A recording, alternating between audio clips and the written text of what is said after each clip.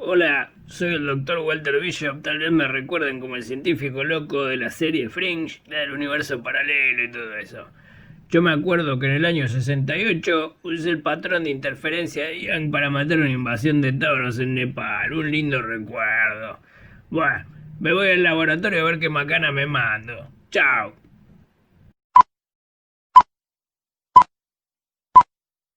Buenas tardes, buenas noches, buenos días, dependiendo del momento que me esté mirando. Yo soy Damián Gulich y este es un nuevo encuentro de física. En esta ocasión vamos a hablar de interferencia. ¿Y qué significa? En óptica, la interferencia es el fenómeno en el cual dos ondas o más se superponen. Los efectos de interferencia se observan en todas las ondas electromagnéticas, ya sea en el rango de longitudes de onda del visible o fuera de él. Con lo que vamos a ver hoy, vamos a poder explicar los colores en una película jabonosa delgada o en el aceite que ensucia el agua en la calle. Hay toda una rama de la óptica dedicada a la interferencia y se llama interferometría. Las medidas interferométricas son las más precisas de toda la física. Michelson y Morley, con su interferómetro, midieron la velocidad de la luz con mucha precisión al mediodía y la medianoche sin cambios, y con ello demostraron, por ejemplo, que no existía el éter. Actualmente somos capaces de medir las ondas gravitacionales, un efecto sutilísimo, gracias a un interferómetro, que en el fondo es heredero de lo que vamos a charlar hoy. Un par de cosas a tener en cuenta para la discusión de hoy. Primero, el viejo y querido principio de superposición, que dice que en un punto del espacio el campo eléctrico total, una propiedad vectorial del espacio, es la suma de todos los campos eléctricos que se sucedan en ese punto del espacio. Ejemplo, si en este punto que considero el espacio tengo una flecha de campo debido a alguna distribución o algún motivo E1 y otra flecha de campo debido a otro motivo E2, el campo eléctrico total es la suma vectorial de esas dos componentes. Regla del paralelogramo, esta es la flecha de campo total resultante. Trabajamos también con la onda plana. Habíamos comenzado con el campo eléctrico de la onda plana monocromática que se desplazaba a lo largo del eje X en la dirección positiva. Eso tenía una expresión E de xt igual a E0 seno de kx menos omega t más phi. Y si estaba oscilando en la dirección del eje Y, teníamos que ponerle el versor J. Acá estamos admitiendo que también podíamos poner alguna fase inicial. Podemos hacer una expresión todavía más general. Trabajamos sobre la parte que no es la dirección en la última charla, pero vale la oportunidad para generalizarlo formalmente. Podemos decir que si hay alguna dirección de propagación K, un vector de propagación cuyo módulo es 2pi sobre lambda, podemos escribir la onda plana de esta manera, como E0 por seno de K con su flecha, escalar R menos omega t más phi. Y ahora, si esto está linealmente polarizado, podemos indicar en alguna dirección W, donde W es algún versor, donde el campo eléctrico está oscilando en esa dirección de ese versor W, y se tiene que cumplir que para que sea la onda plana, W versor tiene que ser perpendicular al vector de propagación K. Establezcamos primero que vale el principio de superposición para las ondas electromagnéticas. Es decir, la suma de dos o más ondas electromagnéticas es también una onda. Entonces acordémonos que los campos eléctricos y magnéticos en su condición estática satisfacen el principio de superposición que dijimos de entrada. Y la ecuación de onda que cumplen es esta que está acá, para el caso del campo eléctrico. Entonces supongamos que tenemos dos soluciones a la ecuación de onda, E1 de RT y E2 de RT, que satisfacen cada una la misma ecuación de onda. Nos estamos moviendo en un medio que tiene constantes muy epsilon, ¿sí? Y ahora hagamos lo siguiente, sumemos esas dos ecuaciones de onda lado a lado, ¿sí? Y utilicemos las propiedades lineales de las derivadas. Bueno, que la derivada enésima respecto a una variable de una función más la derivada enésima respecto a la misma variable de otra función es lo mismo que la derivada enésima respecto de esa variable de la suma de las dos funciones. Así que, bueno, en este caso yo puedo decir, bueno, tengo Laplaciano de E1 más Laplaciano de E2 por esta propiedad, termina siendo Laplaciano de E1 más E2 factorizado. Después del otro lado podremos sacar un mu epsilon factor común y me quedará también afuera una derivada segunda respecto del tiempo dos veces. ¿De qué cosa? De E1 más E2. Entonces, si yo considero como un objeto nuevo esta cosa que se llama E1 más E2, veo que E1 más E2 también satisface la misma ecuación de onda. Por lo tanto, la suma E1 más E2 R y T satisface la ecuación de onda y por lo tanto también es perfectamente válido como una onda. El campo eléctrico resultante en un punto del espacio, donde dos o más ondas luminosas se superponen, es igual a la suma vectorial de las ondas individuales. Otra cosa, la interferencia óptica es una interacción de dos o más ondas de luz que producen una intensidad resultante, la cual se desvía de la simple suma de las intensidades individuales. Entonces, teniendo lo anterior en mente, consideremos el efecto que produce la superposición de ondas que se propagan en un mismo sentido. En general, estas pueden tener distinto origen y distinta fase inicial. Y estudiaremos al menos los casos extremos de la superposición de estas ondas, que se conoce formalmente como interferencia. Las ondas que se combinan en fase dan una máxima resultante, es decir, tienen una máxima visibilidad. Acá tenemos dos perfiles de onda superpuestos. Cuando el máximo de una coincide con el máximo de la otra y el mínimo de una coincide con el mínimo de la otra, decimos que están en fase. La diferencia de fase entre ellas es 2m veces pi con un más menos adelante, y m puede tomar valores enteros 0, 1, 2 y así sucesivamente. A este fenómeno de refuerzo de las dos ondas se lo conoce como interferencia constructiva o coherente. Ahora después veremos lo que significa coherencia. Pero también puede pasar que las ondas estén en contrafase, es decir, que el máximo de una coincida con el mínimo absoluto de la otra y que su mínimo coincida con el máximo de la otra. Si las dos tienen la misma amplitud, entonces el efecto entre las dos es de cancelarse.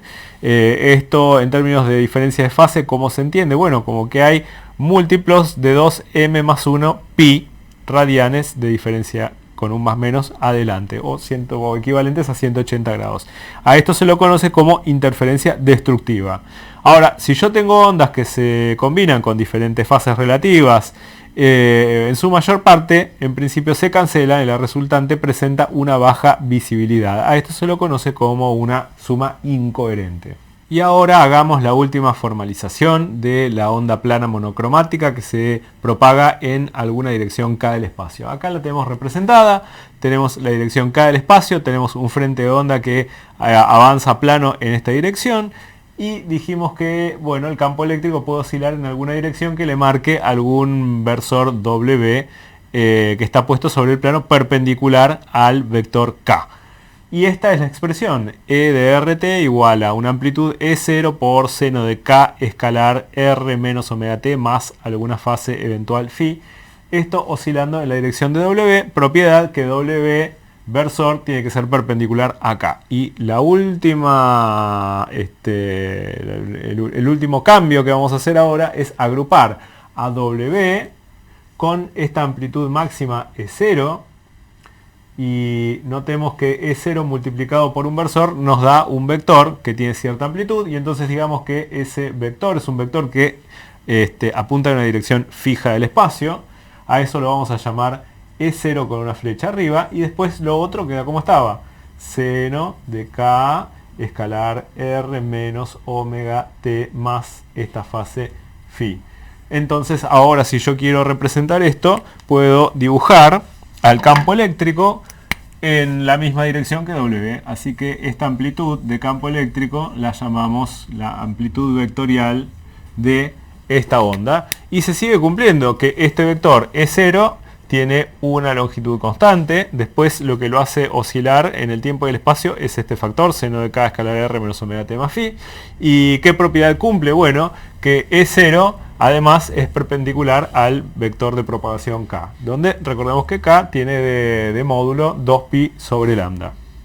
Así que ahora supongamos dos ondas planas monocromáticas, E1 y E2, que tienen una escritura análoga a la que acabamos de presentar, una amplitud vectorial por el seno de algo. Y entonces las estudiaremos en algún punto del espacio y en algún momento. Podemos escribir a E1 como su amplitud máxima por el seno de una fase. Por fase estoy entendiendo todo lo que está adentro del argumento de la función seno. E2 la puedo escribir como su amplitud vectorial por el seno de lo que tenga dentro, que lo llamaré fase 2. Entonces ahora vamos a definir la diferencia de fase entre estas dos ondas planas como sencillamente la fase 2 menos la fase 1. Y a eso se lo llama delta. Ejemplo 1, dos ondas planas linealmente polarizadas sobre el eje Y, que se mueven en el sentido positivo del eje X. Las dos tienen la misma longitud de onda, por lo tanto tienen el mismo K, tienen el mismo omega. No tienen necesariamente las mismas fases iniciales, sus amplitudes son distintas, E01 y E02. ¿Cuánto es la diferencia de fase? Si esta es E1 y esta es E2, la diferencia de fase es este argumento menos este argumento. Y en estas condiciones, este término se simplifica con este se cancela con este, y finalmente nos queda delta igual a Φ2 menos Φ1. Ahora otro ejemplo más complicado, supongamos que son ondas que no tienen el mismo vector de propagación. Hay una que se propaga en esta dirección y otra que se propaga en aquella dirección. Esta está determinada por K1, esta por K2. Además, sus amplitudes vectoriales no necesariamente son iguales, pero sí cumplen que esto es perpendicular a esto, ¿sí? Supongamos que las dos tienen el mismo omega, pero que las fases iniciales no necesariamente son las mismas. Y aplicamos la misma lógica. La diferencia de fase es la fase de la segunda menos la fase de la primera. Y en este caso va a quedar que delta es igual a K2 escalar R menos K1 escalar R. R es el lugar donde las estamos observando. Omega t con este omega t se va a cancelar y nos queda Φ2 menos Φ1 como últimos dos términos. Y esto va a ser la diferencia de fase entre las dos. Ahora que charlamos sobre diferencia de fase, podemos definir el concepto de coherencia. Y diremos lo siguiente: dos fuentes monocromáticas se dicen coherentes entre sí cuando emiten luz con la misma frecuencia omega y tienen una diferencia de fase definida y constante en el tiempo, es decir, delta igual a constante. Por ejemplo, en el primer caso que vimos, la diferencia de fase la encontramos como delta igual a Φ2 menos Φ1. Si esto es constante en el tiempo, estas dos ondas son coherentes entre sí. La coherencia es un concepto relativo entre dos ondas. En el caso más general que vimos, encontramos la diferencia de fase, nos quedó toda esta cosa. Si todo esto es constante en el tiempo, entonces estas dos fuentes se llaman coherentes entre sí.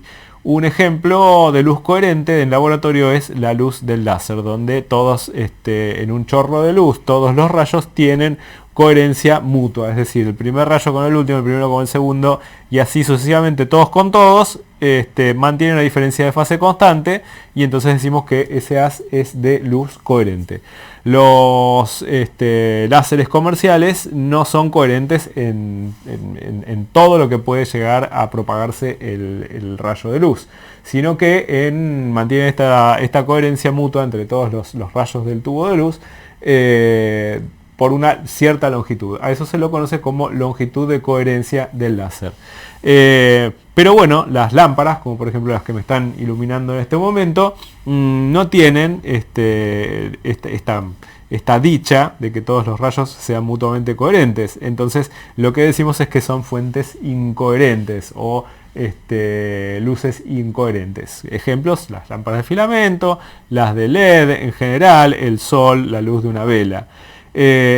También podemos decir que cuando muchas ondas se combinan con diferentes fases que son aleatorias, en su mayor parte se cancelan y la resultante presenta una baja visibilidad. A esto se lo llama suma incoherente. Que quede claro entonces, la coherencia es un concepto relativo entre pares de ondas. Entonces volvamos a decir lo que dijimos más temprano respecto de ondas que son mutuamente coherentes y que no necesariamente tienen la misma amplitud. Me refiero a los fenómenos de interferencias constructivas y destructivas. Entonces dibujemos dos ondas en su perfil, una en celeste y una en azul. Veamos los resultados en rojo. Por ejemplo, si la diferencia de fase que existe entre las dos es de la forma más menos 2mπ con m tomando valores enteros, entonces tenemos una interferencia constructiva. Tenemos un resultado más reforzado que las dos individualmente. Si por otro lado la diferencia de fase entre las dos es más o menos 2m más 1 veces pi, todo esto entendido en radianes desde luego, con m tomando valores 0, 1, 2 y así sucesivamente, lo que tenemos ahora es una interferencia destructiva, es decir, algo que está mucho más reducido en amplitud. Si sucede que la interferencia es destructiva, es decir, la diferencia de fase es de esta forma y las amplitudes son iguales, lo que vamos a tener es una interferencia destructiva total, una cancelación completa entre las dos ondas. Para ver en detalle la interferencia entre dos ondas planas electromagnéticas, consideremos primero una onda plana monocromática que se observa en algún punto P, donde el campo eléctrico está descrito por E en el punto P al tiempo t. El módulo del vector de Poynting es de esta manera. S en el punto P al tiempo t es igual a v por epsilon. Estamos considerando que la velocidad de propagación es v porque estamos en un medio con una constante epsilon. Y vimos que esto era por el módulo del campo eléctrico al cuadrado. Eso se puede escribir como el campo eléctrico producto escalar sí mismo. Si uno utilizaba esta definición de valor promedio, entonces encontraba la intensidad o irradiancia de esta onda en el punto P. Y quedaba de esta manera, como v por epsilon, el valor medio del módulo de E elevado al cuadrado es v por epsilon sobre 2 por la amplitud máxima que tiene este campo eléctrico elevada al cuadrado. Y ahora un truco maravilloso. Supongamos que ese campo eléctrico es en realidad una suma de dos ondas que están interfiriendo en ese punto. Y por lo tanto podemos despejar la intensidad vista en ese punto de la siguiente manera. Escribimos de vuelta I en P. I en P es v por epsilon por el valor medio temporal de E módulo al cuadrado. Pero ahora decimos que donde dice E tenemos que poner E1 más E2. Vamos a este truco que dijimos recién. Decimos que el módulo al cuadrado de una cosa es esa cosa producto escalar con ella misma. Así que esto será v por epsilon valor medio temporal de E1 más E2 producto escalar con E1 más E2. Ahora la cosa se pone vertiginosa porque vamos a poder hacer aquí adentro E1 producto escalar con E1. Eso da E1 módulo al cuadrado. Después vamos a tener E2 producto escalar con E2. Eso es E2 módulo al cuadrado. Y luego tendremos dos veces E1 producto escalar E2. Si aprovechamos las propiedades de el promedio temporal, vamos a poder decir que entonces el promedio temporal de la suma es la suma de los promedios temporales, y así podemos convertir esto en tres términos. V por epsilon promedio temporal de E1 módulo al cuadrado más v por epsilon promedio temporal de E2 módulo al cuadrado más dos veces v por epsilon el promedio temporal de E1 producto escalar con E2. Recordamos en general que esto es igual a esto y vamos con cada uno de estos términos. En el primer caso tenemos v por epsilon promedio temporal de E1 módulo al cuadrado, y en ese caso eso va a ser v por epsilon sobre 2 por el módulo máximo de ese campo, que eso se llama E01 elevado al cuadrado. Para el segundo término lo mismo, va a quedar v por epsilon sobre 2 E02 elevado al cuadrado, y nos queda esperando este término que está acá, 2v por epsilon por el promedio temporal de E1 producto escalar E2. No nos olvidemos que estas son las amplitudes vectoriales, así que son dos vectores fijos en el espacio. Bien, pero seguimos recordando cosas, y esto finalmente es la intensidad de ¿qué cosa? De la onda 1 en el punto P. ¿Y esto qué es? La intensidad de la onda 2 en el mismo punto P. Y a este otro término que está acá lo vamos a llamar I12 en P, porque esto se evalúa en ese punto P y lleva ahora un nombre especial, y ese nombre es el término de interferencia. Estos tres términos sumados nos dan la intensidad total en el punto P. No nos olvidemos que estamos lidiando con ondas planas y que donde dice E1 estamos diciendo una amplitud vectorial por un seno de una fase 1, y donde dice E2 estamos diciendo una amplitud vectorial por el seno de otra fase que está ahí, que estamos considerando un punto P y que ahí están pasando E1 y E2 con esas representaciones. Consideremos que nuestras fuentes de onda son estas dos velas. Esto representa la fuente para la onda E1, esto representa la fuente para la onda E2, y que el punto P que voy a considerar es este.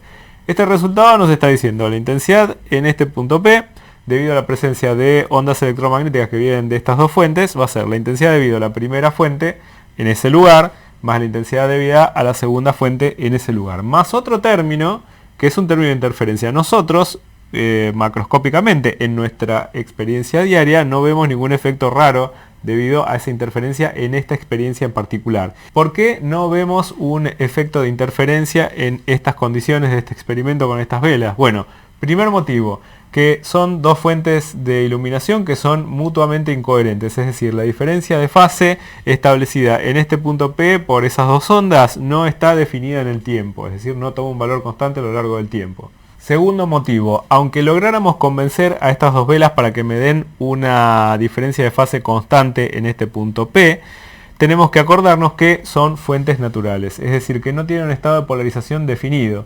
Dicho de otra manera, estas flechas de amplitud vectorial no están fijas en el espacio. Y acá tenemos que considerar para el término de interferencia el producto escalar también para esas dos flechas.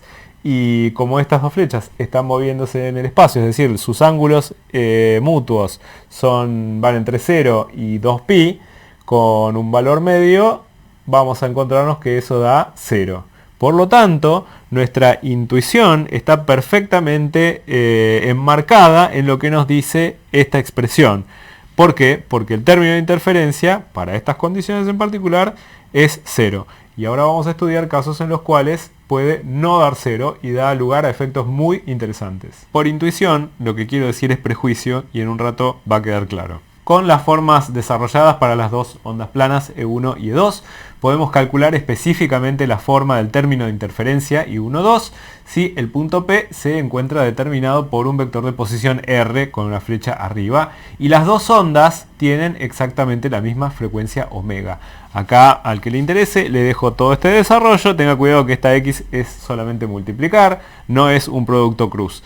Después de hacer los promedios temporales del caso, lo que vamos a encontrar es que el término de interferencia I1, 2 en el punto P es B por epsilon por la amplitud vectorial de la onda 1, producto escalar, la amplitud vectorial de la onda 2, multiplicado por el coseno de delta, donde delta es la diferencia de fase entre las dos ondas. Cosa interesante, si las dos están linealmente polarizadas y llega a suceder el caso que E01 apunta en esta dirección y E02 le es perpendicular, el producto escalar entre esas dos cosas da 0.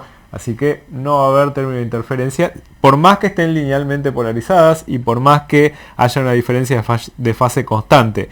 En esas condiciones el término de interferencia da 0. También queda claro que va a dar 0 si es que ninguna está en un estado de polarización fijo, porque eso en el tiempo tiene un valor medio que también es 0. Ahora pongámonos ambiciosos y empecemos a pedir cosas extras. La situación de trabajo más corriente es que ambas ondas tengan la misma polarización, es decir, que las amplitudes E01 y E02 como vectores sean paralelas, sin importar para dónde estén apuntando, pero que sean paralelas.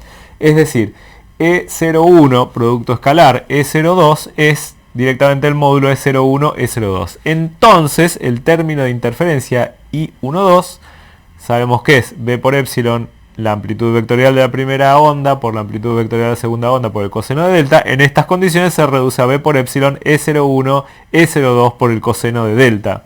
El término de interferencia nos queda planteado como función de las amplitudes de los campos E01 y E02.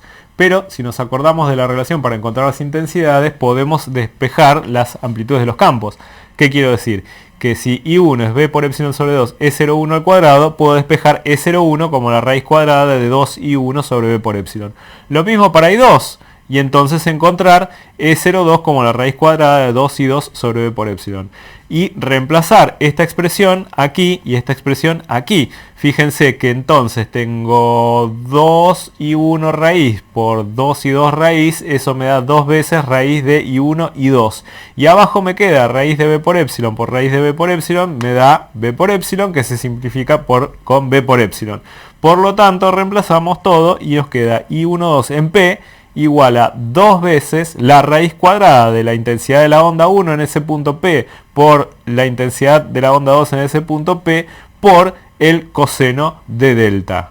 Entonces la interferencia total en un punto P del espacio donde inciden dos ondas va a ser la intensidad I1 en ese punto P más la intensidad 2 en ese punto P más 2 veces la raíz cuadrada de I1 y 2, y eso va multiplicado por el coseno de la diferencia de fase en ese punto del espacio. Las intensidades I1 e I2 en el punto P son valores fijos y por lo tanto la intensidad total en el punto P va a quedar modulada por lo que diga el coseno de delta. La función coseno está entre menos 1 y 1. Y entonces cuando da 1 suma completamente este término que está acá. Pero cuando da menos 1 entonces lo resta y por lo tanto decrece la intensidad en ese punto. Y ahora el truco está en ver los casos extremos. ¿Qué es lo que quiero decir? Bueno, buscar los valores de delta en los cuales el coseno da 1. Eso me va a dar un máximo de intensidad en el punto P. Los valores de delta en los cuales el coseno dé menos 1 van a ser los lugares donde tendremos mínimos de intensidad. Fijémonos en el comportamiento de la función coseno que está dibujada acá.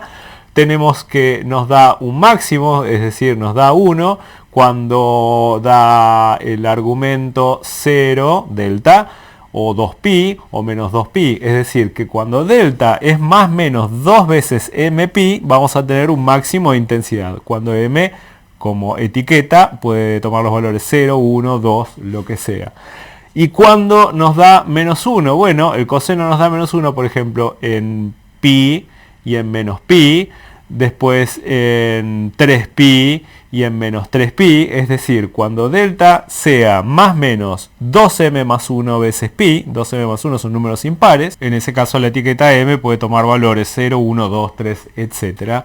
En esos lugares hay un mínimo de intensidad. Uno puede tomarse el trabajo de dibujar esta función para la intensidad del punto P, que es la intensidad de la fuente 1 más la intensidad de la fuente 2 más 2 veces la raíz cuadrada de 1 y 2 por el coseno de delta, pero la función coseno puede tomar a veces valores positivos y a veces valores negativos. Y si lo dibujamos en función de delta, lo que tenemos es este perfil, que puede tomar valores como mucho y 1 más y 2 más 2 veces raíz de 1 y 2, y como mínimo puede tomar valores y 1 más y 2 menos 2 veces raíz cuadrada de y1 y 2. Y ahora tomemos ese resultado y vayamos a un caso todavía más extremo. Esta es la forma general para dos ondas que en un punto P tienen intensidades I1 e I2. Y sabemos que están moduladas por el coseno de delta. Pero podemos suponer que además las amplitudes de los dos campos eléctricos sean iguales. Por lo tanto, las dos intensidades van a ser iguales. Digamos que son una cantidad I0. Así que reemplacemos donde dice I1 I0, donde dice I2 pongamos I0, así que ya tenemos 2 veces I0, por la raíz cuadrada de I0 por I0, pero eso es 2 veces I0 coseno de delta. Nos queda esta cosa que está acá. Podemos sacar entonces un factor común 2I0 por 1 más coseno de delta y ahí utilizar una identidad trigonométrica. Que es 1 más coseno de algo es igual a 2 veces el coseno al cuadrado de algo sobre 2, y entonces llegar a esta expresión para la intensidad en el punto P, que va a ser 4 veces I0 por el coseno al cuadrado de delta sobre 2. Ahora puedo explicitar por qué dije que nuestra intuición es nuestro prejuicio, porque en nuestras experiencias cotidianas presuponemos que luz más luz siempre va a dar luz. Sin embargo, acabamos de desarrollar una descripción perfectamente adecuada de la intensidad en un punto P que nos dice que en las condiciones adecuadas, todas esas hipótesis que tenemos que hacer, puede llegar a suceder que luz más luz nos dé oscuridad. ¿Por qué? Porque acá tenemos dibujada la función 4I0 coseno cuadrado de delta sobre 2, que es lo mismo que decir 2I0 1 más coseno de delta, y esta función tiene máximos que son 4I0, pero tiene mínimos que dan 0 intensidad. ¿Dónde suceden esos máximos? Bueno, los máximos suceden cuando delta es 2m veces pi, y los mínimos, que son 0, suceden cuando delta es igual a 2m más 1 veces pi. Para volverlo a destacar, lo que les tiene que volar la cabeza es que cuando uno se fija en un punto donde la diferencia de fase es pi, no quiere decir que no esté llegándole luz. De hecho, le está llegando la irradiancia de la fuente 1 y la irradiancia de la fuente 2, pero justamente porque la diferencia de fase es pi, esas dos ondas actúan destructivamente y se cancelan. Es por eso que en ese punto se ve un mínimo de intensidad y que en estas condiciones ese mínimo es 0 intensidad. Ahora todo se reduce a un juego para, en las condiciones adecuadas, introducir desfasajes entre dos ondas electromagnéticas. Hay tres posibilidades. La primera es introducir una diferencia de camino óptico, es decir, que los dos haces que se propagan por un mismo medio recorran trayectorias de distinta longitud. Otra posibilidad es que las ondas recorran materiales con diferente índice de refracción, y la tercera es que alguna, por ejemplo, se refleje en un medio con mayor índice de refracción que el medio incidente. ¿Cómo se calcula la diferencia de fase por diferencia de camino óptico? De la siguiente manera, consideremos que dos haces de igual longitud de onda se propagan por el mismo medio, es decir, el índice de refracción es el mismo, pero las trayectorias tienen distinta longitud. La diferencia de fase entre esos dos haces se calcula como k veces la longitud de camino óptico en diferencia, donde k es 2pi sobre lambda y la longitud de camino óptico en diferencia se calcula como la integral entre un punto inicial y un punto final de el índice de refracción respecto del recorrido. S y P son los extremos de esa diferencia de recorrido que tienen estos dos rayos. Y si suponemos que n es constante y que delta L es justamente ese recorrido en el cual difieren esos dos rayos, bueno, esto sencillamente es n veces por delta L. Así que delta lo podemos encontrar como 2pi sobre lambda por n por delta L en este caso.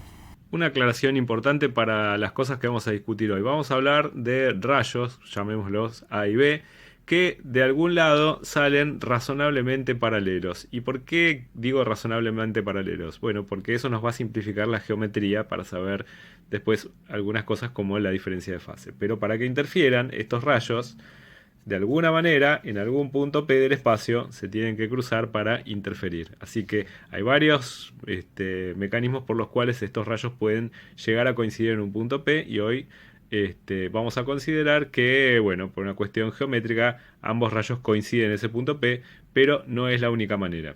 Para un caso de interferencia por diferencia de camino, tenemos el genial experimento de Thomas Young. Thomas Young, científico inglés, nacido en Inglaterra en 1773, fallecido en 1829. Esta experiencia es del año 1802 y consiste en hacer pasar luz monocromática por dos pequeñas ranuras paralelas separadas por una cierta distancia A. Entonces tenemos una placa con dos ranuras, estamos viéndola desde arriba, la distancia entre las dos ranuras es A y esto está iluminado por una onda plana monocromática. Entonces, en estas condiciones, las dos ranuras se iluminan y funcionan como si fueran dos fuentes, S1 y S2, que son coherentes entre sí, que son además de igual intensidad y además tienen el mismo estado de polarización y la misma fase inicial.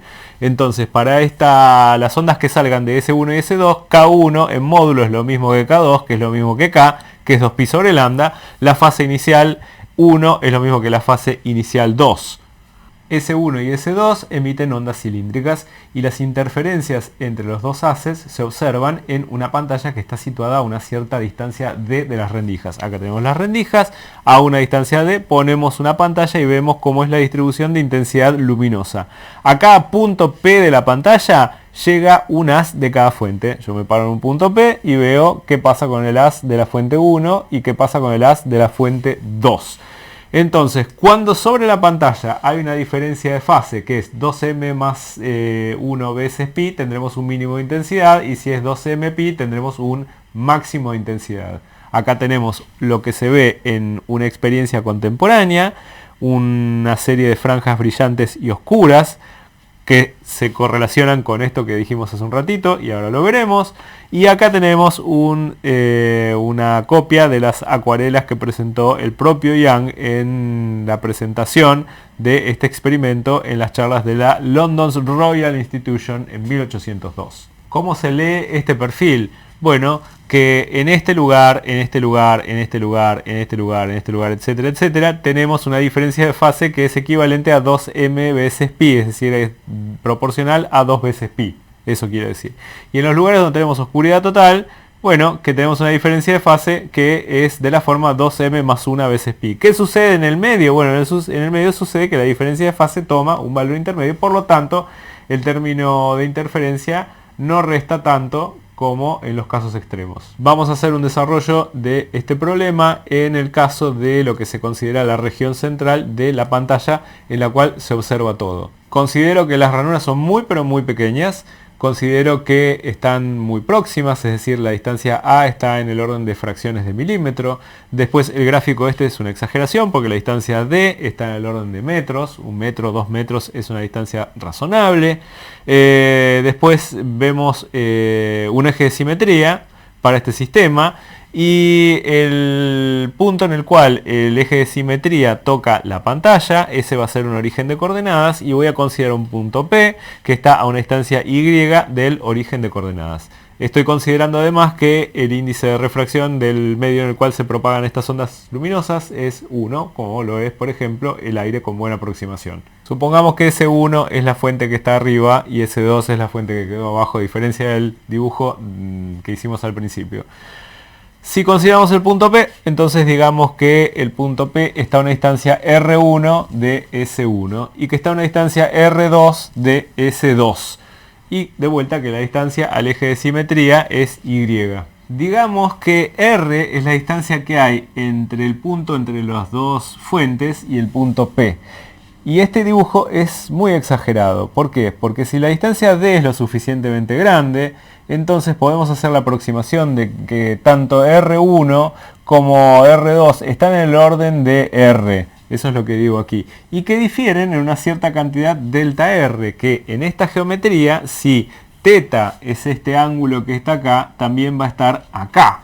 Y en esas condiciones, delta R se puede escribir como a veces el seno del ángulo θ. ¿Por qué digo que este ángulo que está acá es lo mismo que este ángulo que está acá en estas condiciones? Bueno, veamos este gráfico que tengo acá copiado.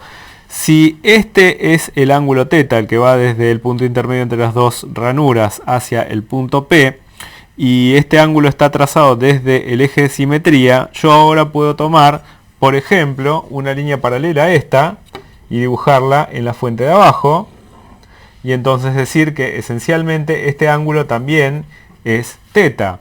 Pero si esta línea que está acá está trazada de manera tal que el ángulo que forma con este rayo es de 90 grados, entonces puedo observar cosas. Puedo decir que este ángulo es 90 menos θ y por lo tanto este ángulo tiene que ser necesariamente θ en estas condiciones. Si la distancia D es lo suficientemente grande, entonces las dos ondas llegan esencialmente como ondas planas al punto P.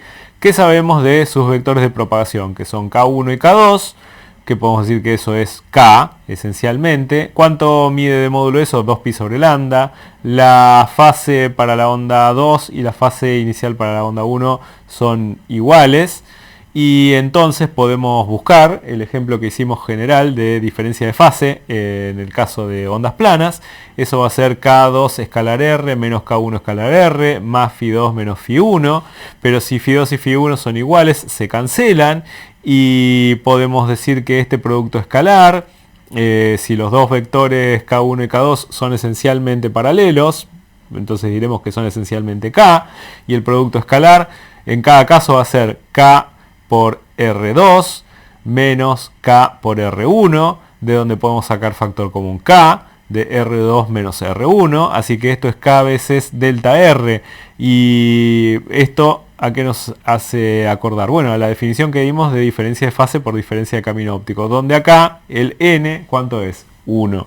Y esto, ¿cómo se puede escribir? Bueno, si delta R ya sabemos cómo es en esta geometría, la reemplazamos y nos queda que delta es K por A seno de θ.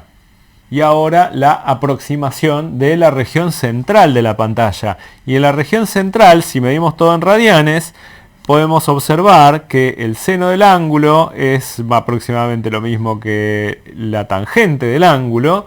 Y en esas condiciones la tangente sí se puede escribir en términos de la geometría. La tangente del ángulo θ se puede escribir como Y dividido D. Entonces la diferencia de fase queda entonces como 2pi sobre lambda por A por Y sobre D. Con esta expresión, ahora la idea es encontrar los lugares Y, las distancias desde el origen, en los cuales se producen máximos y mínimos como situaciones extremas. Y entonces los lugares Y donde se van a encontrar máximos van a ser lugares donde el delta resultante sea de la forma 2mpi. Y los mínimos, es decir, franjas oscuras, van a suceder en lugares donde delta sea de la forma 2m más 1 pi, obviamente con un más menos cada uno.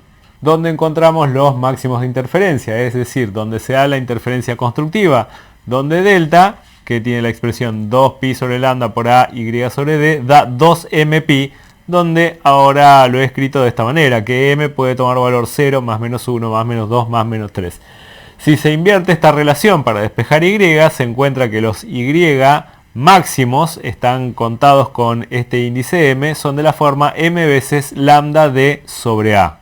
Y acá tenemos tabulados en función de m los lugares sobre la pantalla donde suceden estos máximos. Desde luego esto es simétrico respecto del origen. Si por otro lado planteamos la situación de mínimo, es decir, de interferencia destructiva, tendremos que decir que delta, que tiene la forma 2pi sobre lambda por a y sobre d, es igual a 2m más 1 veces pi, donde m puede ser 0, más menos 1, más menos 2, más menos 3. Eso nos lleva a que los lugares donde suceden los mínimos son de la forma 2m más 1 sobre 2 por lambda d sobre a, y acá tenemos tabulados en función del índice m, al menos para los lados positivos. Después se puede sacar para los lados negativos también, porque esto es simétrico respecto del origen. De vuelta, esto es una aproximación válida en la región central de la pantalla y podemos plantear la distancia entre máximos sucesivos y entre mínimos sucesivos. En ambos casos, esto da lambda d sobre a. Y esto es una manera interesante y una de las primeras maneras de medir longitudes de onda. ¿Por qué? Porque en la experiencia de Young se puede saber muy bien la distancia d. Se puede saber razonablemente bien la distancia entre las dos ranuras. Y se puede medir en la experiencia cuánto es la distancia entre máximos o mínimos. Nota de detalle. En las experiencias que se hacen con instrumentos, en general, lo que se busca es la distancia entre mínimos. ¿Por qué es esto? Porque en los máximos suele haber alguna vez algún problema, porque todos los instrumentos, ya sea el ojo humano como una cámara, se saturan después de determinado valor de intensidad. Pero sí podemos estar todos razonablemente de acuerdo en dónde suceden los mínimos de intensidad. Así que, por ejemplo, en una experiencia de Young se miden, por ejemplo, no sé, 10 mínimos. ¿Cuál es la distancia sobre la pantalla? Se divide por 10 y entonces la distancia entre mínimos se mide con razonable precisión, y de esta relación se despeja lambda como la distancia entre mínimos por la separación entre las variables dividido la distancia a la pantalla, y con eso tenemos un primer método para medir razonablemente bien una longitud de onda. Desde luego, la cantidad de mínimos sucesivos que se consideren en el método que acabo de decir depende del rango de validez de la región central, es decir, la aproximación de ángulos pequeños. ¿Cómo es la intensidad observada sobre la pantalla en términos de las aproximaciones que hicimos? Bueno, si las dos ranuras son iguales y la intensidad luminosa que pasa por las dos es la misma, entonces ya sabemos cómo es la forma de la distribución de intensidad sobre la pantalla en un punto P. Y en P es 4 y 0 coseno al cuadrado de delta sobre 2. Donde delta es 2pi sobre lambda por a seno de teta, aproximación de la región central, esto da 2pi sobre lambda a y sobre d. De manera tal que ahora en términos de la coordenada y sobre la pantalla, puedo decir que la intensidad es 4 y 0 coseno al cuadrado de pi a y sobre d lambda. De vuelta, tanto la ranura 1 como la ranura 2 aportan una intensidad I0 cada una. Para hacer una experiencia de Young necesitamos dos rendijas. En este caso están hechas con una cartulina que tiene una rendija grande y en el medio le hice pasar un pequeño alambre. Así que quedan dos intersticios que son las dos rendijas. Después tenemos un láser que está puesto acá, que es un láser rojo de 632,5 nanómetros, y lo que vamos a hacer es encender este láser y ver el patrón de interferencia sobre la pantalla del pizarrón, que está a una distancia de 2,32 m con una incerteza de 5 centímetros. Ya está encendido el láser y sobre el pizarrón podemos ver el patrón de interferencia. Sobre el pizarrón podemos observar el patrón de interferencia. Pongamos números concretos. La longitud de onda con la que estamos trabajando es 632,5 nanómetros. Nanómetro quiere decir 10 a la menos 9 de metros. La distancia a la pantalla, 2,32 más menos 0,05 metros. Y la distancia que ocupan tres franjas de interferencia, es 3 veces delta IM, la medimos con un calibre como 15 más menos 1 milímetro. De aquí podemos despejar el ancho de una sola, reduciendo la incerteza, porque fíjense que esta magnitud tiene 1 milímetro de incerteza, y cuando lo dividimos en 3, ese milímetro se convierte en 1/3 de milímetro.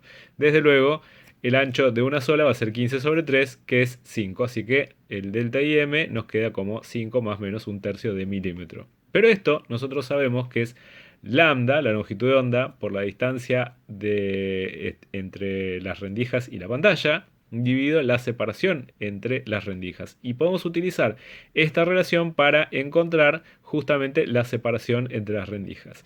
Y es esto que tenemos acá. La separación entre rendijas es lambda d sobre delta IM, que en este caso, después de propagar errores, nos queda en 290 más menos 20 micrómetros. Micrómetros son por 10 a la menos 6 de metros. O en milímetros, esto es 0,290 milímetros, con una incerteza de 0,020 milímetros. Es decir, pudimos medir una cosa muy pequeña con luz. ¿Qué pasa si iluminamos nuestras rendijas de Young con distintas longitudes de onda? Bueno, ya sabemos cómo es la distancia entre mínimos y máximos, al menos en la región central, lambda d sobre a. Y si dejamos fijo el aparato experimental, quiere decir que dejamos fija la distancia a y dejamos fija la distancia d que hay entre las rendijas y la pantalla. A es la distancia entre las rendijas. Ahora, esto va a depender de la longitud de onda lambda. Si lo hacemos con el rojo, vamos a tener esta distribución de máximos y mínimos. Y si vamos achicando la longitud de onda, nos vamos para el lado del azul, bueno, se va a ir achicando esta distancia entre máximos. Y si iluminamos con luz blanca, que es la suma de muchas longitudes de onda que están en el visible, entonces lo que vamos a tener es una dispersión cromática. ¿Por qué? Porque en general los máximos para una longitud de onda no coinciden con los máximos de otra longitud de onda y los mínimos tampoco. Salvo en el caso especial de la mancha central, porque en la mancha central coinciden todos los máximos de intensidad. Por eso el máximo de la región central, cuando uno ilumina con luz blanca, se ve blanco. Una nota muy interesante, la experiencia de Young se puede hacer con luz de sol, con luz de una vela o con luz de una lámpara, es decir, no hace falta que tengamos ninguna fuente con ninguna coherencia especial. Lo único que necesitamos es que la luz de la fuente original llegue con forma de onda plana a las dos ranuras. Y si las dos ranuras están suficientemente cerca una de la otra, entonces esas dos fuentes van a ser mutuamente coherentes. Y el estado de polarización, no se preocupen porque ya está garantizado que si llegan como onda plana va a ser el mismo en las dos ranuras. Por lo tanto se van a satisfacer todas las hipótesis que nosotros hicimos para la interferencia constructiva y la interferencia destructiva. Formalmente la experiencia de Young es un interferómetro. También se puede hacer en vez de con dos ranuras, con dos orificios muy pequeños, uno al lado del otro, y entonces la distribución de intensidad va a ser como la que acabamos de ver. Y esto es así en el caso en que las dos fuentes puntuales están una al lado de la otra, pero también podría llegar a ser que armemos de alguna manera muy ingeniosa que las dos fuentes estén una detrás de la otra. En esas condiciones lo que se ve en vez de franjas van a ser anillos de interferencia y ese es el corazón del interferómetro de Michelson, que es el aparato que se utilizó para medir con mucha precisión la velocidad de la luz al mediodía y a la medianoche, y al no encontrar una diferencia en ello, pues lo que se concluyó fue que no existía el éter.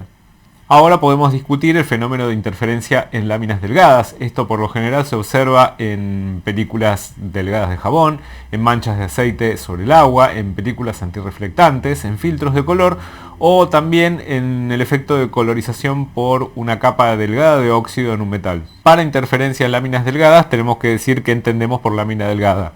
Bueno, vamos a suponer una lámina de material transparente muy delgada con un espesor D que está en el orden de micrones y que a esto lo iluminamos con rayos luminosos de determinada longitud de onda, y muy importante, esos rayos respecto a la normal tienen un ángulo muy pero muy pequeño. Todos los dibujos que hagamos de interferencia de láminas delgadas, hagámoslos de manera tal que los ángulos estén bien exagerados, pero la suposición principal es que los ángulos son pequeños. Tenemos nuestra lámina que tiene un determinado índice de refracción, está embebida en otro medio con otro índice de refracción y el rayo incidente es el rayo A. En esta primera interfaz lo que va a haber es una reflexión y a eso va a dar nacimiento al rayo B, pero una parte se va a transmitir y ese rayo que se transmitió va a llegar a la segunda interfase y una parte se va a transmitir desde luego y una parte se va a reflejar, y esa parte que se reflejó viene a la primera interfase y bueno, una parte se refleja pero otra parte se transmite, y lo que me interesa es el rayo C, que es el rayo que se transmitió. Desde luego hay muchos más rebotes, pero nosotros vamos a desarrollar nuestra teoría de esto en términos de primeros rebotes o primeras transmisiones. En este caso lo que me interesa son los rayos B y C que salen de esta superficie primera razonablemente paralelos, irán a parar de alguna manera a algún punto P lejano en el cual van a interferir, o los haremos interferir con algún otro artilugio, y entonces para ver la interferencia entre los dos lo que nos va a interesar es la diferencia de fase que tienen B y C.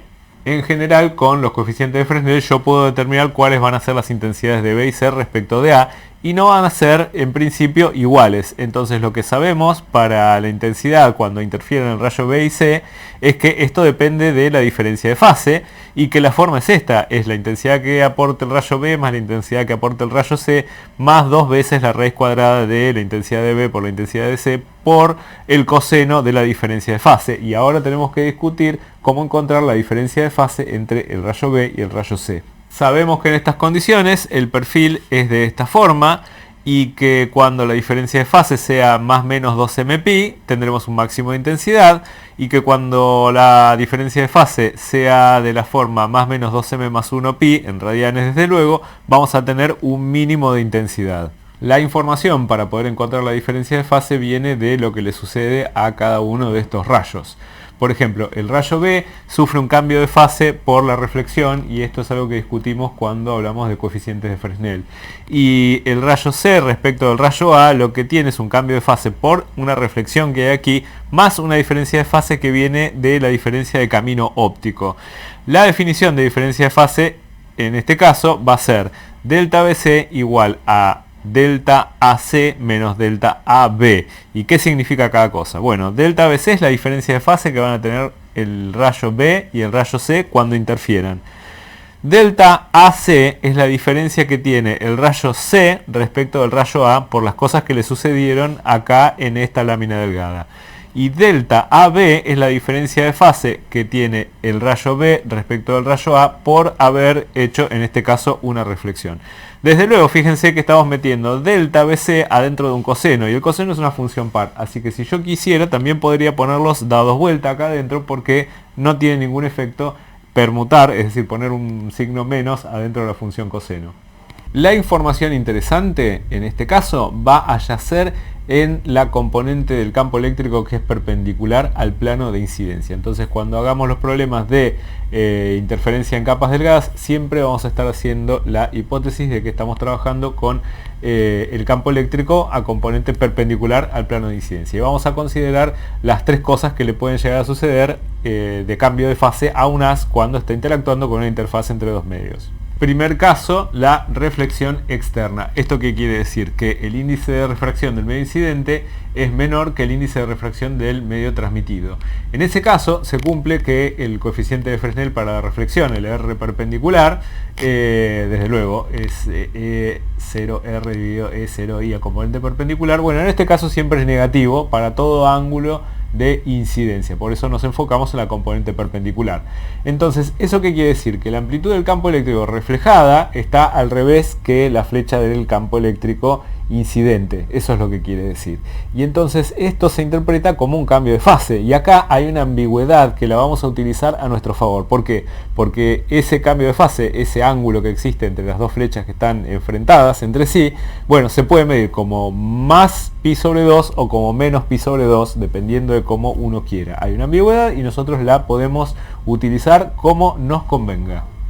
¿Cómo se indican los gráficos? Bueno, tenemos nuestro rayo incidente, nuestro rayo reflejado. El rayo reflejado respecto al rayo incidente, acá en el acto de reflejarse, adquiere una diferencia de fase de más menos pi. Y así es como se indica en el gráfico. Segundo caso, la reflexión interna. Esto se da cuando el índice de refracción del medio incidente es mayor que el índice de refracción del medio transmitido.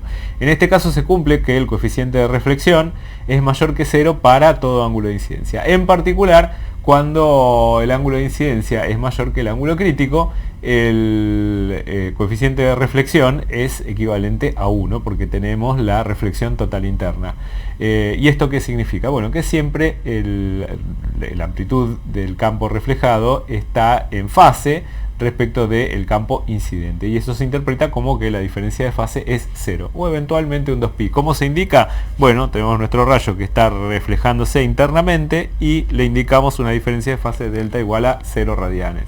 Y en el caso de la transmisión, yendo de un medio de menos índice de refracción a uno de más índice de refracción, o viniendo de un medio con más índice de refracción y yendo hacia un medio con menos índice de refracción, bueno, se cumple que el coeficiente de transmisión es mayor que 0 para todo ángulo, y eso significa que lo podemos interpretar como un cambio de fase equivalente a 0 radianes, tanto para incidencia externa como para incidencia interna, y así es como lo dibujamos.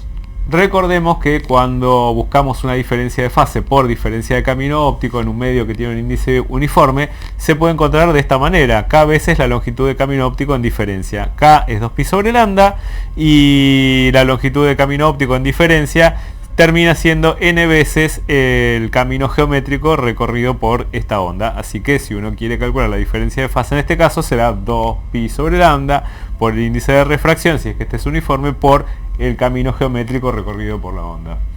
Los rayos B y C son rayos que al fin y al cabo se reflejan en la lámina delgada. Por lo tanto, la interferencia que estos rayos tengan se va a llamar interferencia por reflexión.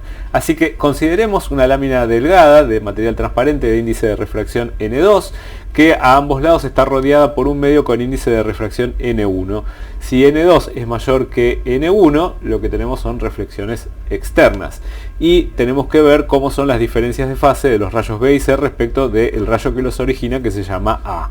¿Cómo es la historia del rayo A? Bueno, llega con un ángulo pequeño hasta la primera interfase y una parte se refleja, eso es lo que origina el rayo B, y otra parte se transmite. De esa parte que se transmitió se llega hasta la segunda interfase, que es una cara que es paralela a la primera, y desde luego una parte se va a transmitir y una parte se va a reflejar. La parte que se reflejó luego llega a esta interfase, una parte se va a reflejar, no lo consideramos, y otra parte se va a transmitir, y eso es lo que origina el rayo C. Entonces tenemos que encontrar la diferencia de fase que existe entre el rayo B y el rayo C. Entonces el rayo B respecto de A, ¿qué diferencia de fase tiene? Bueno, tiene una diferencia de fase dada por haberse reflejado contra un medio con mayor índice de refracción. Eso lo dice el coeficiente de Fresnel para la reflexión en la componente perpendicular. Y en este caso tenemos la ventaja de la ambigüedad, porque esa diferencia de fase es más menos pi, y vamos a elegir, porque me conviene en este caso, tomar el signo negativo. Así que diremos que B respecto de A arrastra una diferencia de fase por la reflexión de menos pi radianes. Para el rayo que se mueve adentro del medio con índice de refracción N2, tenemos una parte de tránsito, una reflexión interna y otra parte de tránsito más una transmisión. Bueno, veamos qué sucede con la reflexión. Esta reflexión aquí es una reflexión interna y acabamos de decir que no aporta una diferencia de fase en este caso porque es una reflexión interna. Después, la parte de la transmisión para ir desde el medio N2 a N1 tampoco aporta una diferencia de fase porque lo acabamos de repasar. Lo que nos queda es una diferencia de fase debida a una diferencia de camino óptico, y eso es k veces la longitud de camino óptico.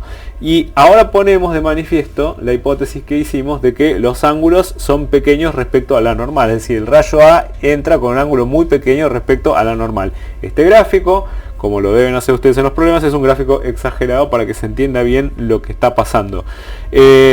Bueno, ¿y por qué sirve que los ángulos sean pequeños? Bueno, porque para encontrar la diferencia de fase por diferencia de camino óptico tenemos que poner k veces la longitud de camino óptico. Y en este caso, la longitud de camino óptico va a ser n veces por todo este trayecto que haga en ir y volver adentro de este medio. Y si los ángulos son pequeños, estas dos líneas, estos dos segmentos se van acercando cada vez más y se van pareciendo a que al espesor recorrido dos veces, una vez para acá y otra vez para allá. Entonces, finalmente, la longitud de camino óptico es el índice de refracción n2 por 2d cuando los ángulos son pequeños.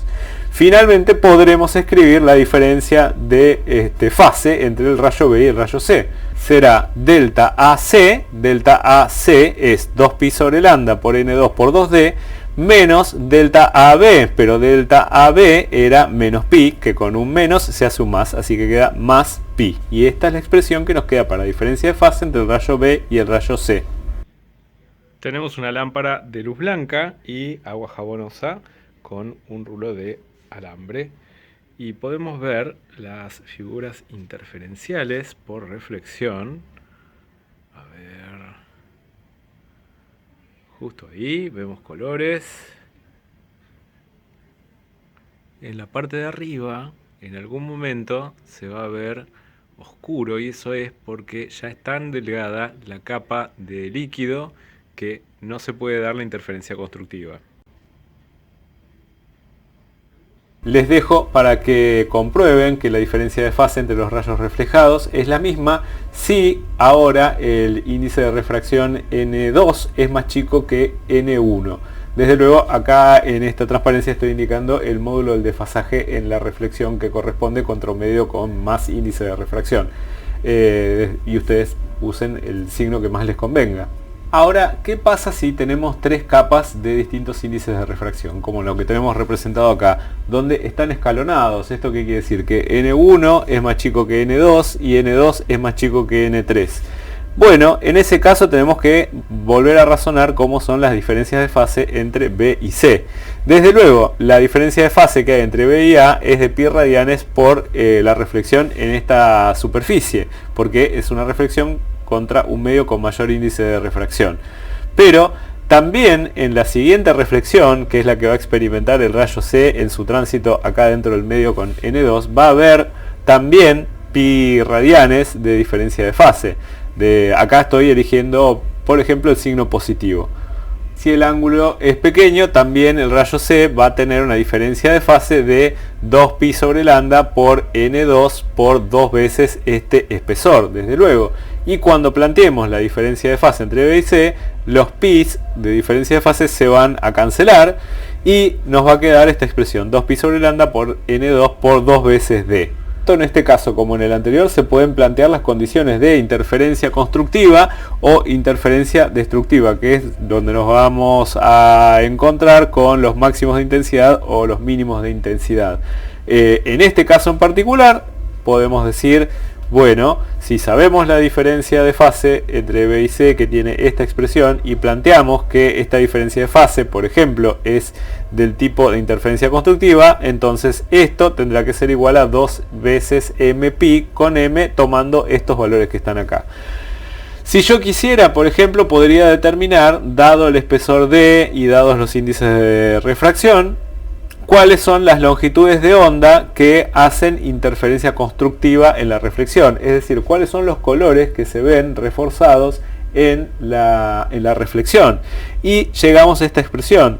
Las longitudes de onda ahora dependen de este índice m. Fíjense que ahora no cualquier m es el válido, porque por ejemplo el m igual a 0 está excluido. Los m negativos también están excluidos, porque las longitudes de onda son positivas. Entonces cuando uno razona los problemas tiene que tener en cuenta qué significa el índice m cuando uno lo pone en juego.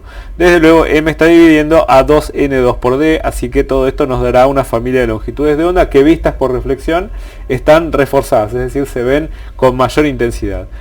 Pero también podríamos plantear la interferencia destructiva y entonces tendríamos que decir que esta expresión que está acá es igual a 2m más 1 veces pi, con m en principio tomando estos valores, pero si queremos encontrar las longitudes de onda que se ven disminuidas por reflexión, es decir, los colores que empiezan a verse más atenuados por reflexión, llegamos a esta expresión que tenemos acá, que es lambda igual a 4n2d sobre 2m más 1. Pero ahora el valor de m puede tomar valores que son positivos a partir del 0, porque el 0 sí se permite. Otro caso, una serie de capas donde ahora n2 es mayor que los índices n1 y n3. Esta parte tiene mayor índice que esto y mayor índice que esto que está acá. Bueno, se reconstruye también el razonamiento. Tendremos que saber cuánto es la diferencia de fase entre el rayo B y C. El rayo B respecto de A en esta reflexión tiene pi radianes de diferencia de fase.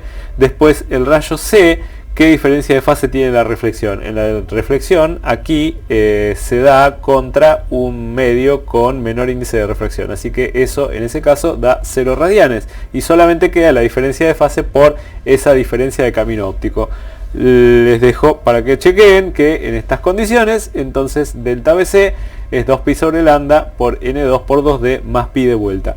Podemos plantear interferencia constructiva, podemos plantear interferencia destructiva y como para entretenernos podemos decir, bueno, dejemos fija la longitud de onda y calculemos cuál es el espesor de esta capa en estas condiciones para que tengamos un refuerzo de este color en particular o para cancelar, al menos disminuir bastante este color o longitud de onda. Y ahí podemos encontrar estas dos expresiones y tenemos que fijarnos bien cuáles son los índices M que tienen sentido. Desde luego esto dará tantos resultados como M's consideremos. De hecho, el primer caso que estudiamos es un caso particular de este que está acá. Y una observación, si la lámina tiene un espesor variable, es decir, no es uniforme y se ilumina con luz blanca, las condiciones valen para cada color. Por ejemplo, esto explica lo que se ve en las pompas de jabón o las películas de aceite en el asfalto. Aunque no lo crean, el óxido de los metales en pequeñas capas es transparente y por lo tanto sobre la superficie metálica hace una pequeña capa que puede llegar a hacer interferencia que refuerce algunos colores en la reflexión. Los que saben mucho de esto son los herreros, porque para encontrar las temperaturas de temple del acero, bueno, buscan distintos espesores de capas de óxido y eso da origen a distintos colores. En un caso muy particular y muy bonito es el del azul de óxido, que se utiliza por ejemplo en piezas de acero o incluso en piezas de bronce. Estas muestras que están acá, estas son las agujas de un reloj y esto es un tornillo, no están pintadas de azul. Lo que tienen es una delgada capa de óxido que refuerza muy intensamente el color azul en este caso. ¿Y cómo son las cosas cuando uno mira del otro lado? Acá tenemos indicado lo que estuvimos estudiando hasta hace un rato, la experiencia por reflexión, pero también se puede hacer por transmisión. Y entonces lo que tenemos que considerar es la diferencia de fase entre este rayo transmitido y este otro rayo transmitido. Tratemos de esbozar qué es lo que le sucede a cada rayo. Bueno, este rayo que es el original, llega hasta acá, se transmite, viaja un poco en este medio. Estamos suponiendo que este es el ejemplo en el cual el índice de refracción del medio es mayor que el índice de lo que lo tiene contenido por arriba y por abajo.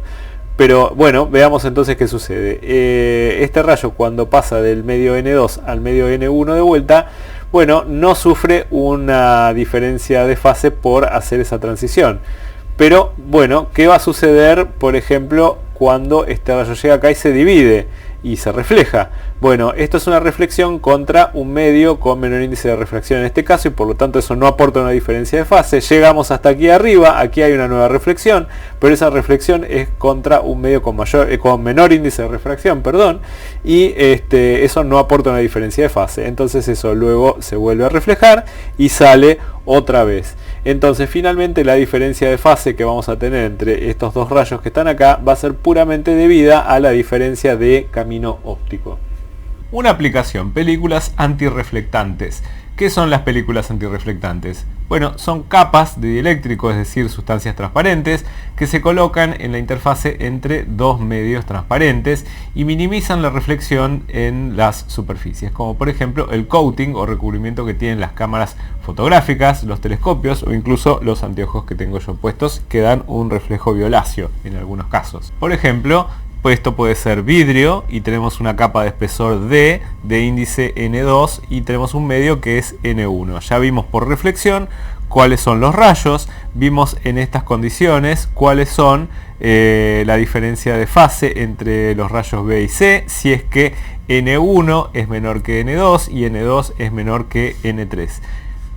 El resultado es este, delta entre B y C es 2pi sobre lambda por N2 por 2 veces el espesor, siempre y cuando estemos trabajando con rayos que inciden con un ángulo pequeño respecto a la normal. Este es un dibujo exagerado como los que hay que hacer siempre en los ejercicios y en los parciales.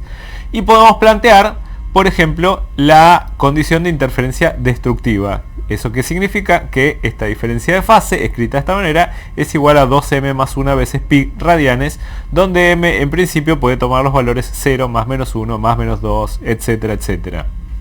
Imponemos la condición de mínimo porque queremos que se refleje la menor intensidad luminosa posible.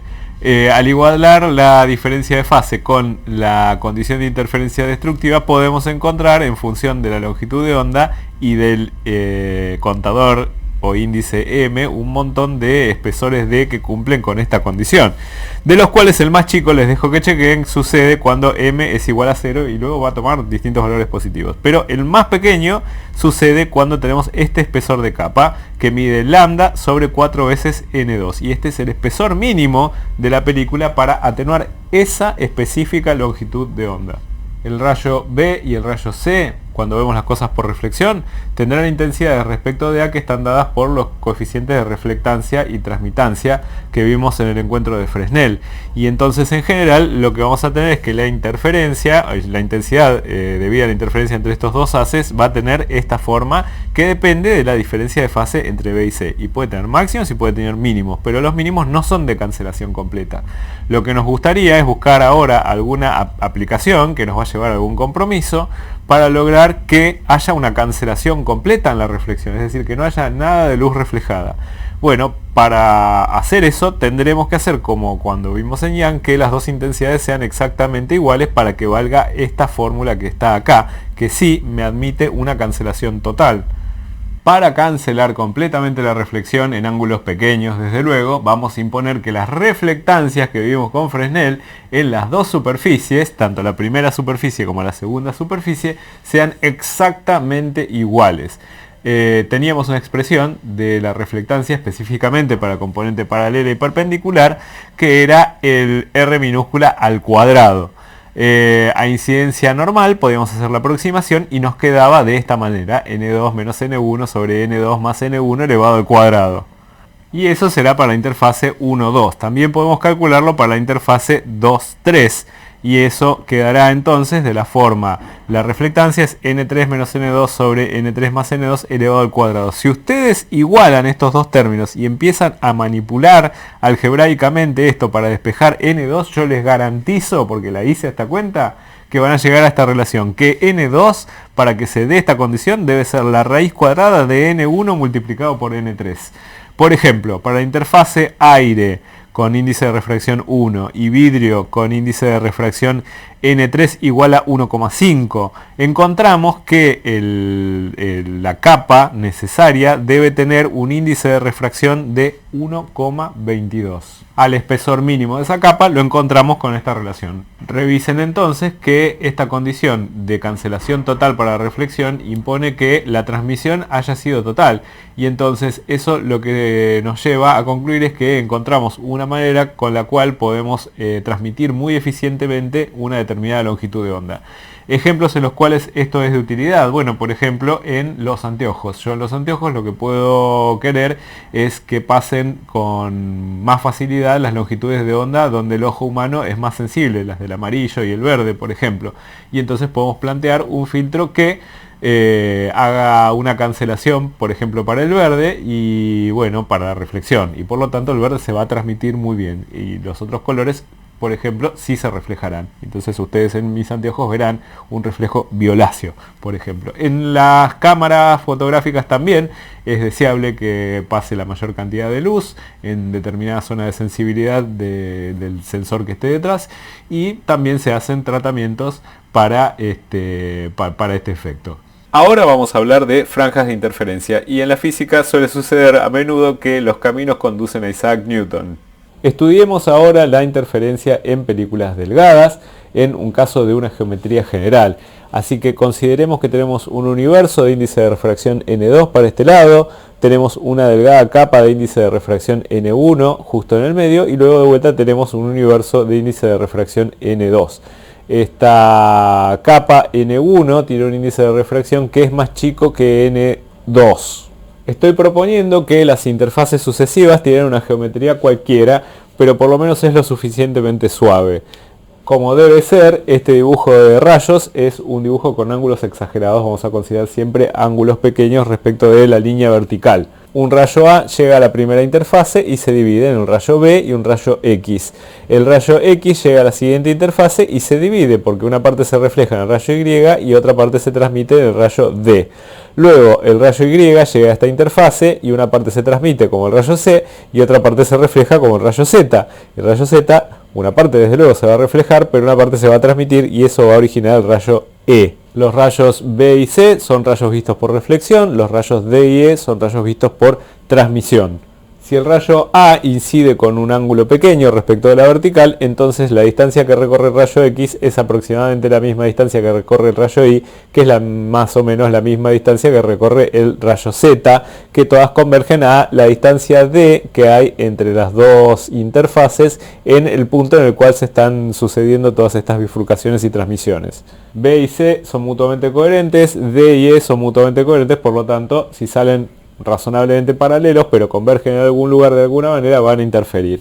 Para la diferencia de fase entre B y C, bueno, sabemos que B respecto de A, acá no tiene ninguna diferencia de fase. Después lo que tenemos es en esta reflexión una cantidad pi de diferencia de fase por estar reflejándonos contra un medio con mayor índice de refracción, más 2pi sobre lambda por n1 por 2 veces esta distancia d. Así que la diferencia de fase entre B y C termina quedando con esta expresión. Ahora viene una cosa interesante porque tenemos que considerar el rayo D y E. Bueno, D y E tienen su historia igual hasta este punto donde tenemos esta reflexión. Y a partir de ahí las cosas empiezan a cambiar. Bueno, el rayo D respecto del rayo X no tiene ninguna diferencia de fase por haber hecho esta transmisión. Pero vamos a ver qué sucede con el rayo E respecto de D. Bueno, el rayo Y acá es una reflexión de X, así que esta es una reflexión contra un medio con mayor índice de refracción, así que aporta pi radianes. Después aquí el rayo Y se refleja en Z, y entonces Z respecto de Y también aporta pi radianes, porque estamos haciendo una reflexión contra un medio con mayor índice de refracción. Y después cuando se transmite no aporta eso, pero sí tendremos que sumar, ¿qué cosa? 2pi sobre lambda por 2 veces n1 por d para la diferencia de fase que arrastra E respecto de d.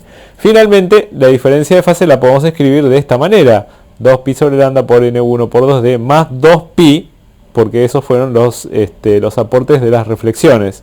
Ahora, tenemos que recordar que estamos trabajando con esta expresión que está metida adentro de un coseno.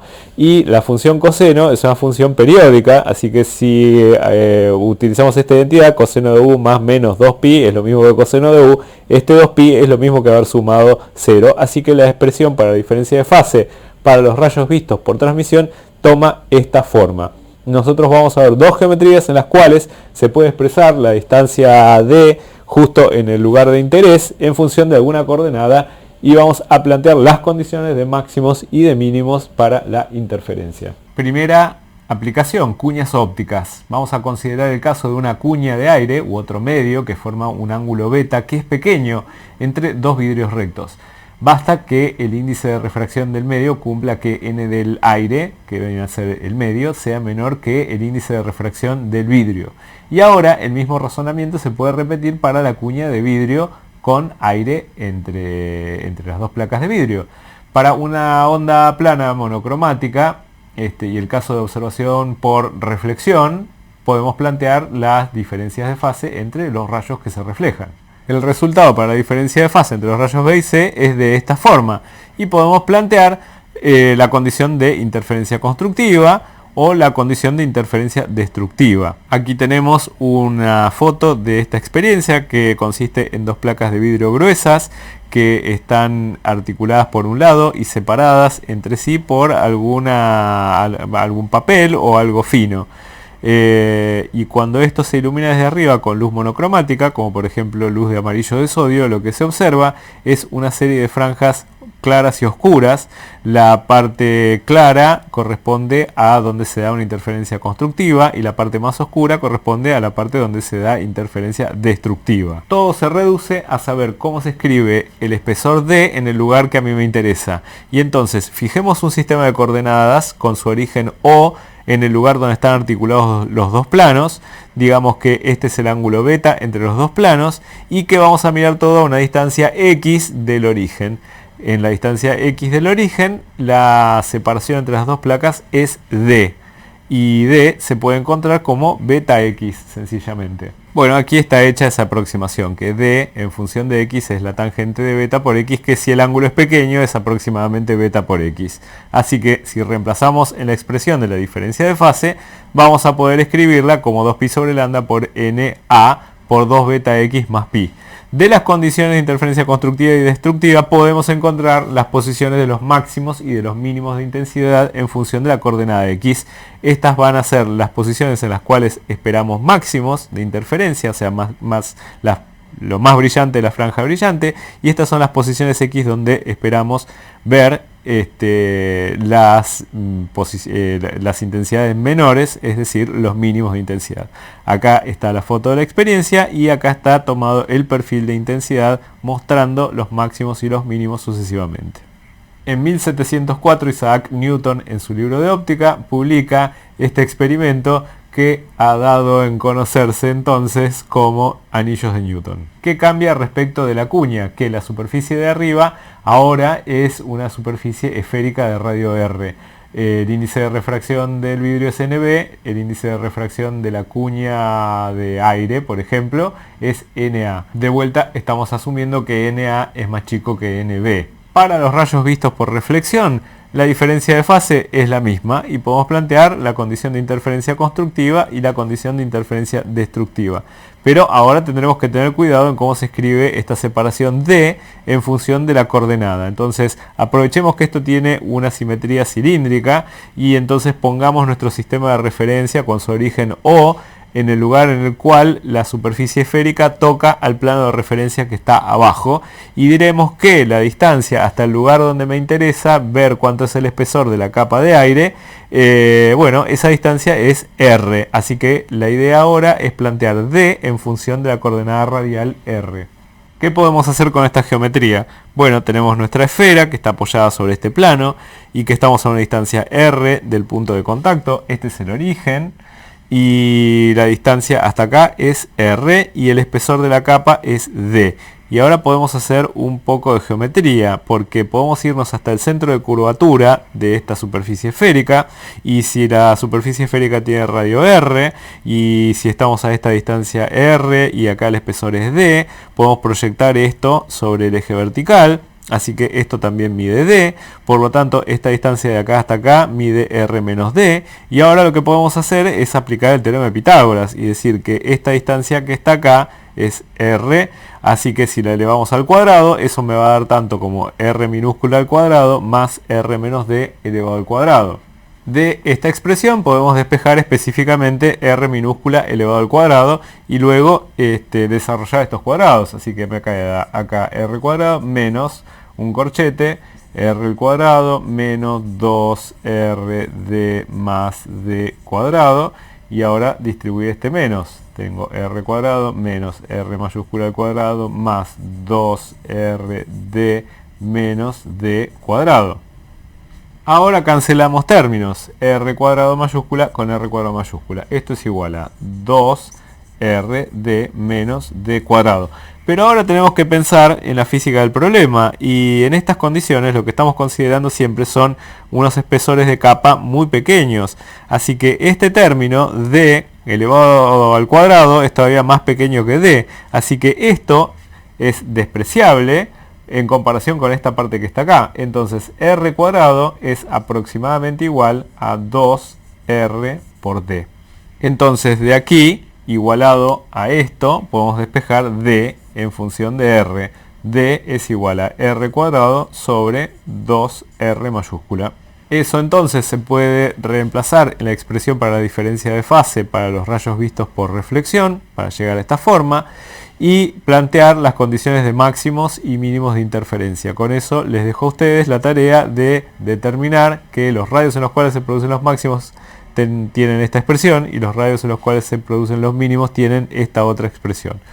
Interesante es notar, por ejemplo, el mínimo visto por reflexión. El mínimo visto por reflexión sucede cuando m es igual a 0 y eso sucede cuando r es igual a 0. O sea que visto por reflexión, el centro de la figura de los anillos de Newton corresponde a un mínimo, es decir, una mancha oscura. Si lo vemos por transmisión, el juego es considerando estos rayos que están acá dibujados. Se puede encontrar la diferencia de fase, se puede plantear la interferencia constructiva y la interferencia destructiva. Les quedará a ustedes demostrar que en este caso, por transmisión, ahora el centro es una mancha brillante. Y en general lo que sucede es que las dos figuras son complementarias. Lo que se ve por transmisión es complementario con lo que se ve por reflexión, donde una cosa es oscura, la otra es brillante y viceversa. ¿Cómo veía Newton esta experiencia? Como anillos coloreados. ¿Y por qué es esto? Fíjense que la expresión de la diferencia de fase vista por reflexión tiene una dependencia inversa con la longitud de onda en este primer término que está acá. Es decir, las posiciones de máximos y mínimos se van a modificar en función de la longitud de onda con la que estemos trabajando. Y si entonces iluminamos con luz blanca, bueno, máximos y mínimos no van a coincidir para los distintos colores y por lo tanto vamos a tener dispersión cromática. Ejemplos los hemos visto todos con las pompas de jabón, cuando se hacen muy delgadas. Cuando directamente se ven en negro quiere decir que el espesor de la capa de agua jabonosa es tan pero tan delgada que ninguna longitud de onda hace una interferencia constructiva en la reflexión. Después aplicaciones, por ejemplo la experiencia de la cuña óptica puede utilizarse para determinar el espesor de un cabello o de algún alambre muy fino. Y los anillos de Newton se pueden utilizar para testear superficies esféricas como lo son las lentes. Si llegaste hasta acá, lo menos que podés hacer a esta altura es suscribirte al canal. Y si te gustó, tocar me gusta. Gracias.